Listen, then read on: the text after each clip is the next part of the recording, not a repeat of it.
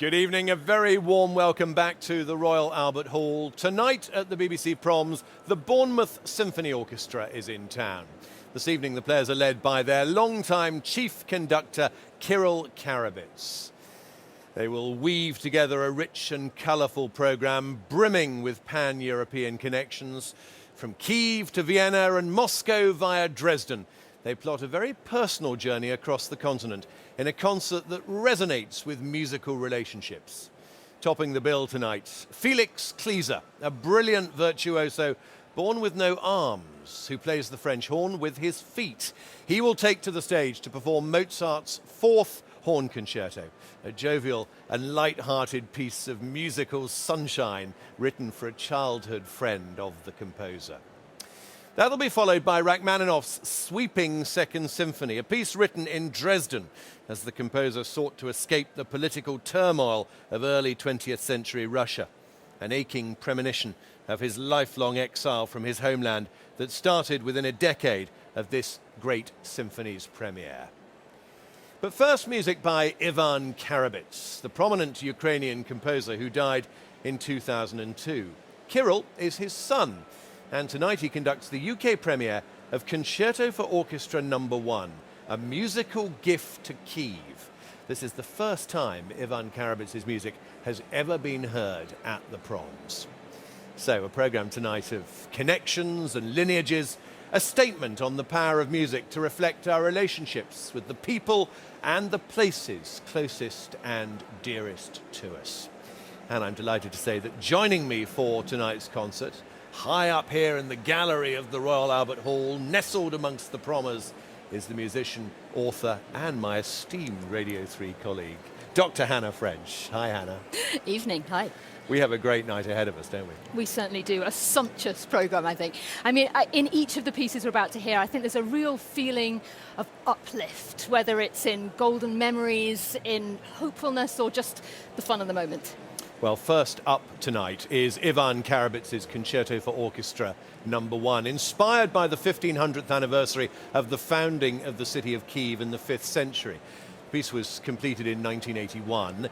Its Ukrainian title roughly translates as a musical gift to Kiev from the composer to his fellow citizens.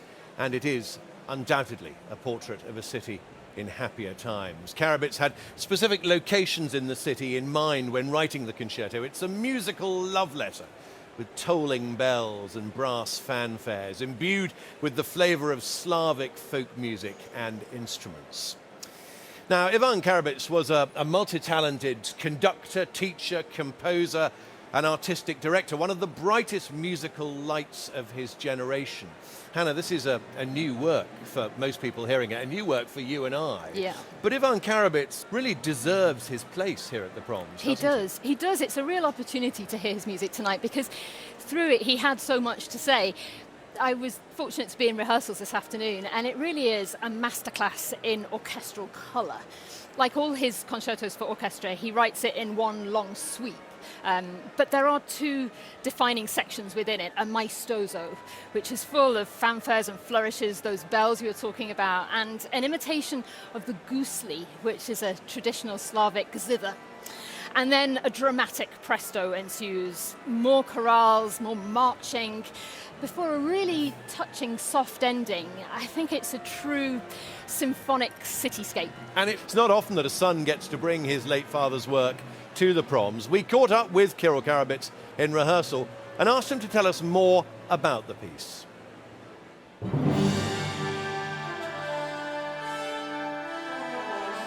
The Concerto for Orchestra by my father, No. 1, is called in Ukrainian Muzyczny Darunok Kijevu, which means the musical gift to Kiev. It's a festive overture, which should give listeners an impression of how does the city of Kiev sounds. In the piece you hear some bells, you will see some churches. When you think about the city, that piece just represents what it feels like. My father was an important figure in Ukrainian music around the time when Soviet Union collapsed and Ukraine became an independent country. He believed very much in Ukrainian culture, and he did a lot to place it on the cultural map of the world. He believed very much that Ukraine has a lot to share with the world, and especially in the field of music and culture. I was born in Kiev, I grew up with this music, and for me it's always, of course, a delicate subject how much of my father's music I conduct. I always thought that an orchestra that I'm close to, like the BSO, should do some of my father's music in order to understand who I am, where I'm coming from. Of course, it's very touching and it's an emotional moment for me to be conducting his piece. But I'm very happy that the audiences will hear the sounds of happy Ukraine, a different Ukraine that they know from the news, that there's something else than the war. That's the most important for me.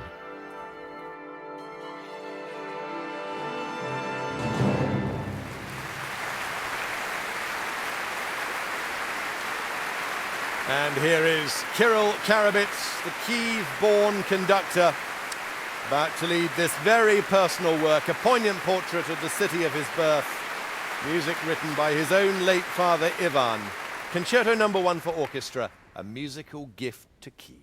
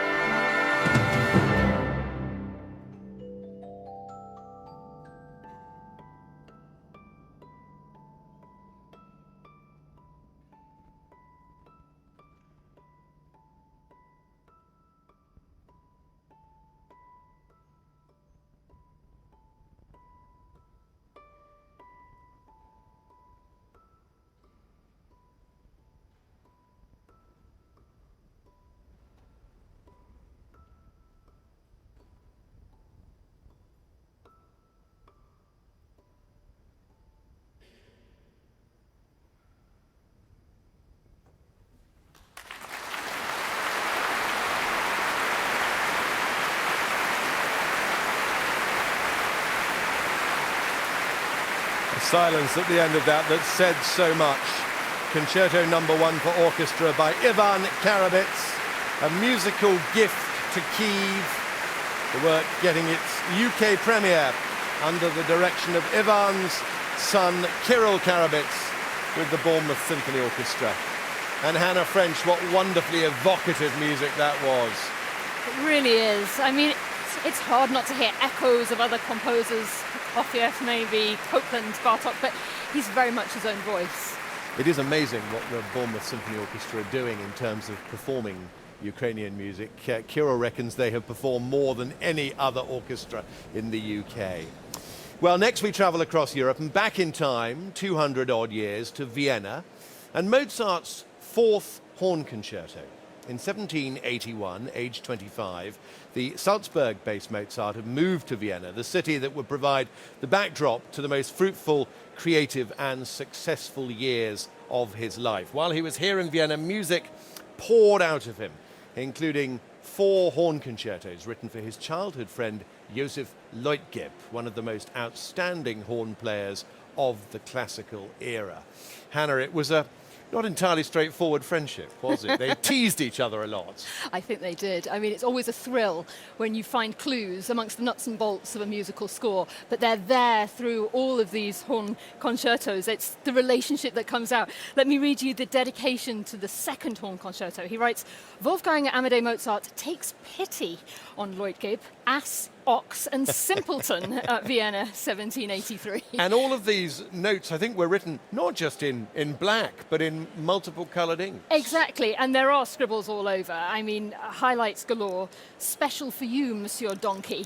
And another, thank God this is the end. But yes, you're right, different coloured inks. It's almost as if he had one of those pens that you can flick down, red, green, blue and black. And we don't really know why. Was it another joke to try and trip him up? Was it a hidden message, codes? We don't really know. What I really want to know is what Leutgeb called Mozart in return for being called a donkey. Sadly, posterity doesn't reveal.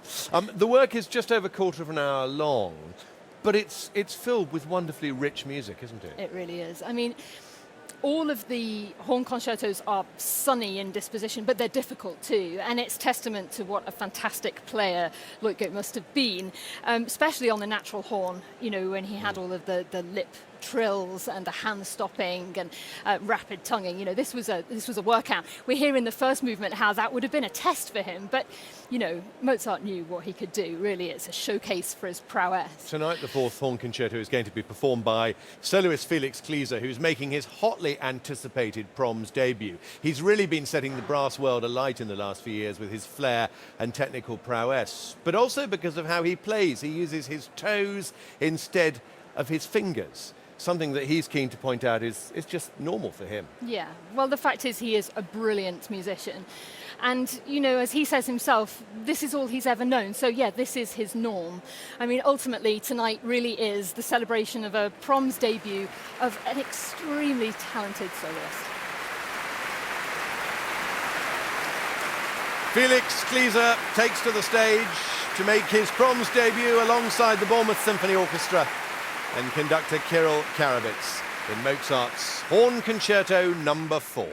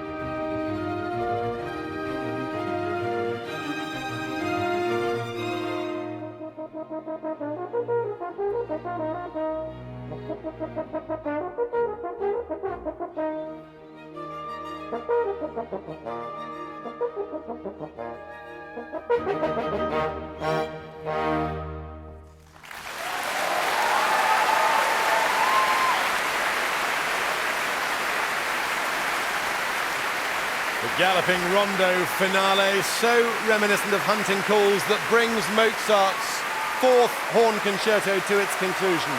Felix Klieser making his Proms debut this evening and playing at the end there one of Mozart's best known and best loved melodies. Hannah, what a glorious Proms debut. Exactly, so polished, so precise, and yet as with all horn concertos, by the very nature of the instrument, there's jeopardy. Things could go awry, but not here. Felix in complete command. Comes from Göttingen in Germany. Started to learn the French horn at the music school in that town.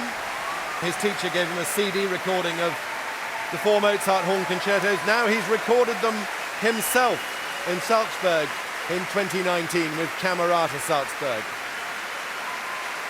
Recording these concertos, a dream come true, he said.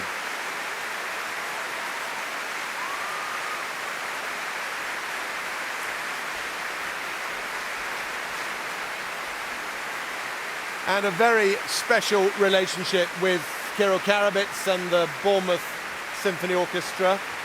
Felix Klieser has been artist in residence with the BSO for the past 2 years.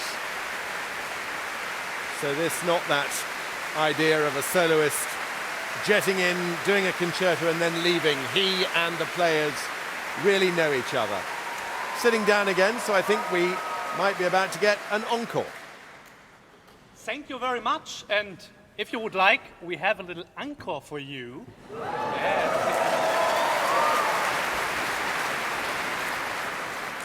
And it's also a piece by Mozart. So Mozart wrote 4 horn concertos, so we horn players are very lucky that we have so much music written by Mozart. But now we will play the last movement, the 3rd movement of the 2nd concerto by Mozart. I hope you will enjoy it. Thank you very much.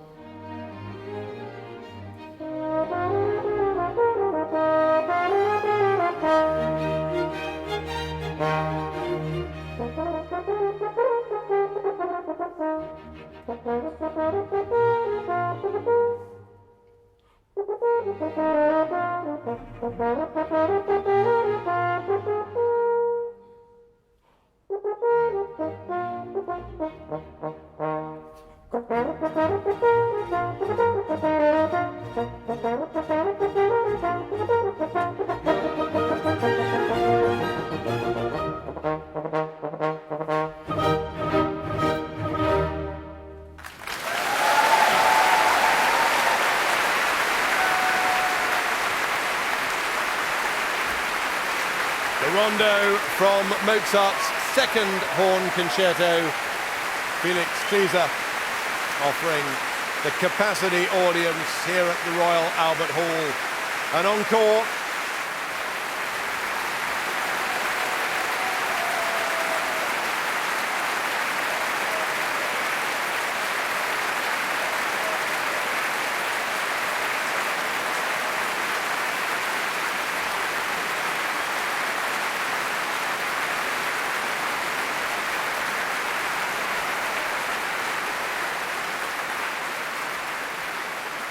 Well, tonight at the Proms, not just one horn concerto, but a snippet of a second. The main event, Mozart's Horn Concerto No. 4, the final movement, especially perhaps one of the most famous phrases in all of classical music. And what a fantastic first half. Two really massively contrasting pieces. The Mozart, wonderfully different to the Portrait of Kiev we heard first from Ivan Karabits. Exactly. It's almost as if one composer was looking back on that glorious vision of his home city. And the second, Mozart's such a good foil here, because in this performance we have the futuristic working out of his vision for the horn, you know, the modern horn, something he could only really dream of. Well, look, I'm delighted to say I spot out of the corner of my eye Felix Klieser, who's just arrived up here in the balcony. Fresh from the Royal Albert Hall stage, your Proms debut. How was it for you? Amazing. It was a lot of fun. I enjoyed it a lot, and the audience was amazing. So, yeah, it was great. Your relationship with the Mozart horn concertos, I think, goes back to, were you 8, maybe even younger? Yes, I was 8 years old because, you know, I started in a music school in a very, very small town in the middle of Germany. It's Götting's the name. And, you know, I always played alone. And then one day my horn teacher gave me a recording with all 4 Mozart horn concertos. It was a recording with Hermann Baumann, and Pinchas Zuckermann was a conductor. And this was the very first time where I heard that it's possible to play the French horn together with other instruments. And I was so fascinated that I had to wish, okay, I'm very young and I'm not that good, but maybe one day I will be able to play one time together one of these pieces with orchestra. This was my biggest wish, yeah. And this was the beginning of where I was in contact with this concerto, yes. And tonight with the Bournemouth Symphony Orchestra, you've recorded them in Salzburg, you've played them with orchestras around the world.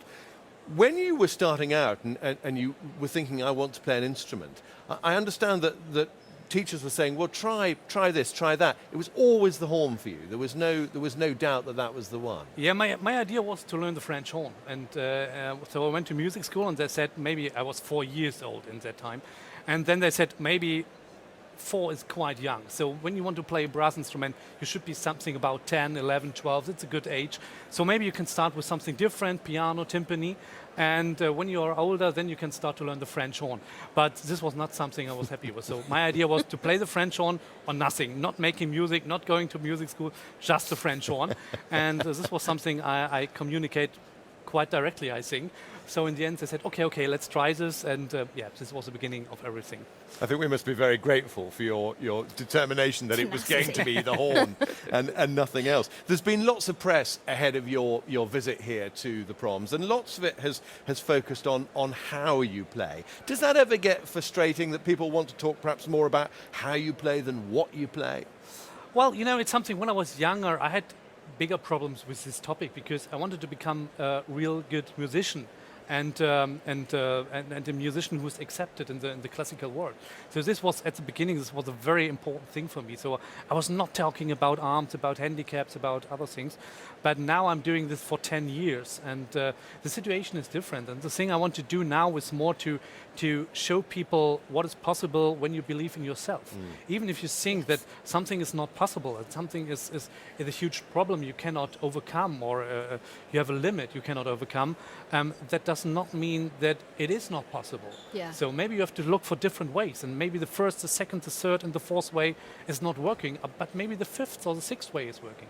And so this is something I want to give people, to give them hope, and to tell them that it's so important to believe in yourself. Because when I wanted to become a horn player, no one was believing in me and said, that's a fantastic idea. You have no arms, you want to learn a French horn, and you want to do this as a job.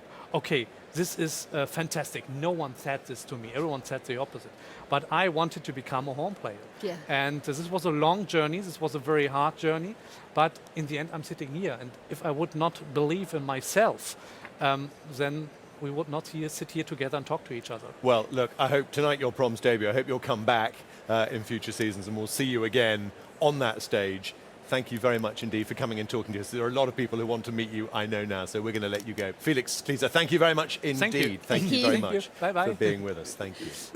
Well, time now for our next stop in this evening's cross-continental journey. From Vienna, we travel onwards to Dresden and the opening decade of the 20th century with Rachmaninoff's glorious Second Symphony.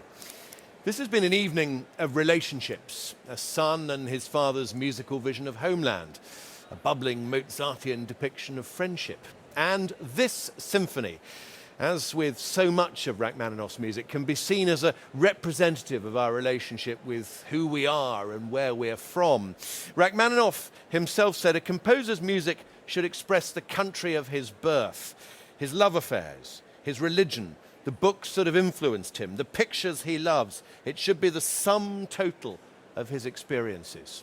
Well, this is certainly true of his own work. Throughout the first half of the 20th century, his emotional, heartfelt music stood in stark contrast to a world turned upside down by revolution, unrest and war, a time when people's relationships with homeland were changed forever. Born in Russia, his extraordinary life would see him journey across Europe, eventually emigrating to the United States. A man who left his homeland one wintry night on a sled, carrying not much more than a suitcase, who ultimately ended up in Hollywood. Hannah, where does the Second Symphony sit in the great and extraordinary Rachmaninoff story? Well, it begins in 1906 when he was in Dresden.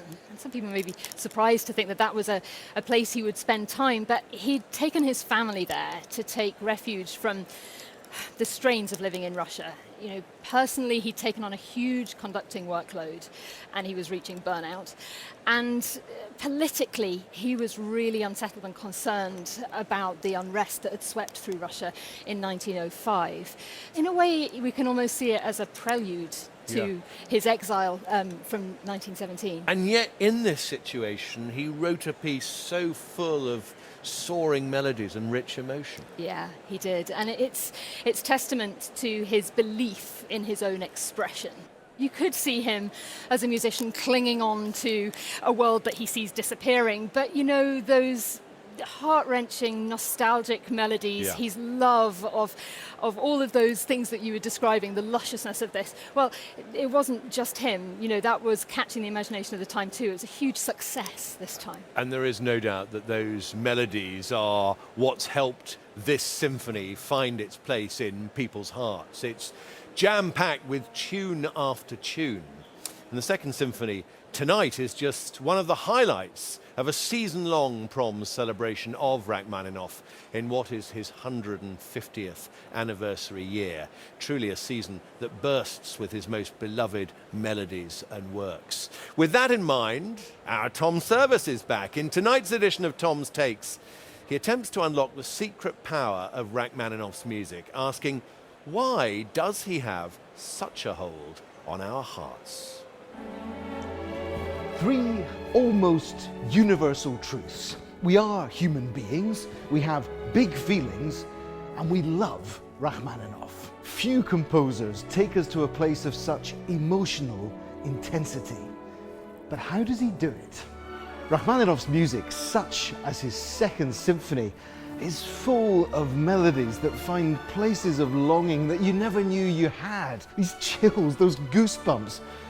It's an emotional education in sound, but it's okay to feel, it's okay to be overwhelmed by this music. Rachmaninoff's got you.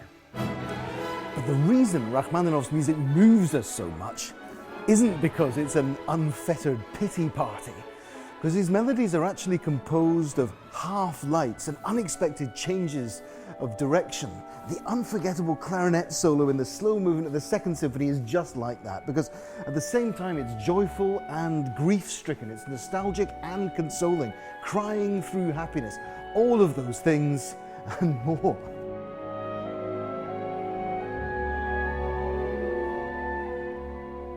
But Rachmaninoff's emotional generosity was misinterpreted later in his life. Critics dismissed his music, its melodies and the feelings they unleashed. In the 1920s and 1930s, living in exile in America, it wasn't what the world of I'm cooler than you modernism wanted. Never was a case of right man, wrong time truer. Rachmaninoff himself said, I feel like a ghost wandering in a world grown alien. I cannot cast out the old ways of writing, and I cannot acquire the new.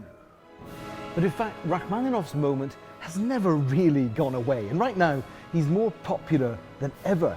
He invites us with him into his music, not telling us how to feel, but allowing us to empathize with him, sharing these incomprehensibly powerful emotions.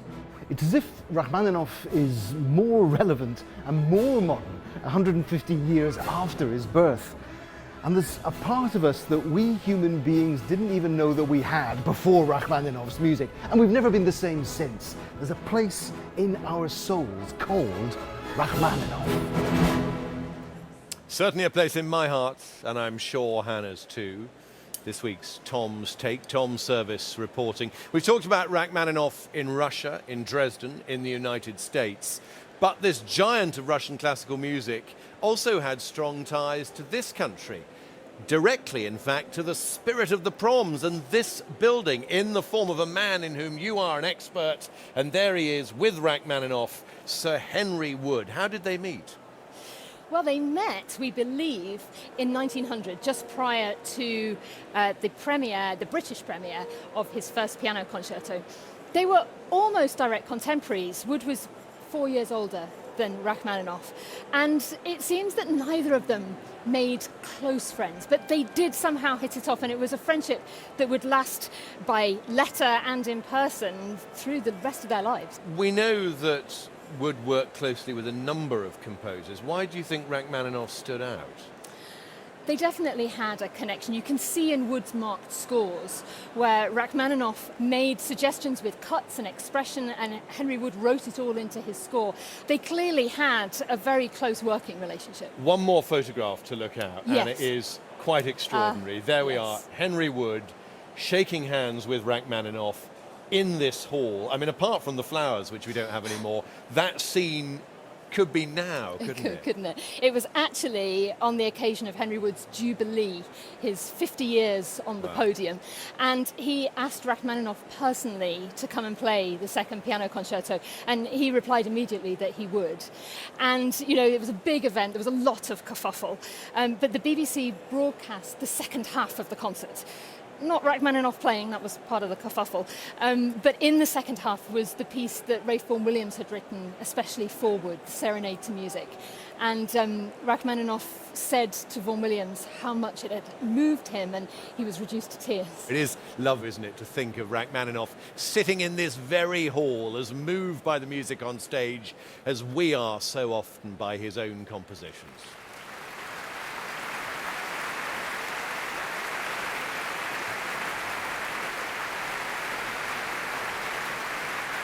So for the final time this evening, the Bournemouth Symphony Orchestra prepare to fill this hall with glorious music as Kirill Karabits conducts Rachmaninoff's Second Symphony.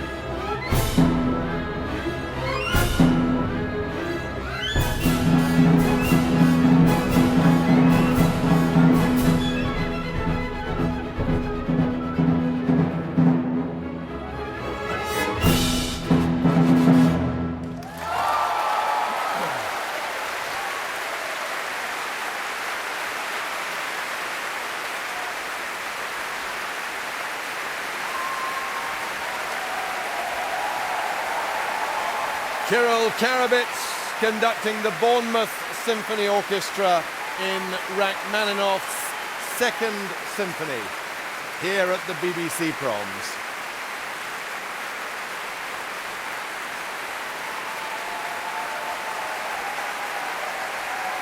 The work that Rachmaninov wrote between 1906 and 1908 in Dresden and in the countryside at his Russian estate at Ivanovka. Hannah, that finale so exhilarating and filled with joy. You know, for many years there was a tradition of cutting down the length of this symphony, down to 35 minutes at one point, but there's not a bar of it I could imagine being without tonight. And after the woe of his first symphony, a triumphant return to the symphonic canon for Rachmaninov. Exactly.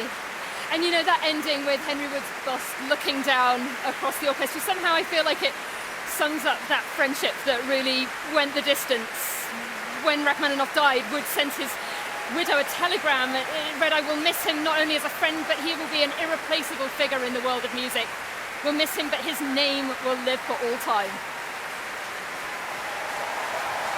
Kirill Karabits, 15 years he has been chief conductor of the Bournemouth Symphony Orchestra, and the rapport between this Ukrainian maestro and his players so clear to see this evening.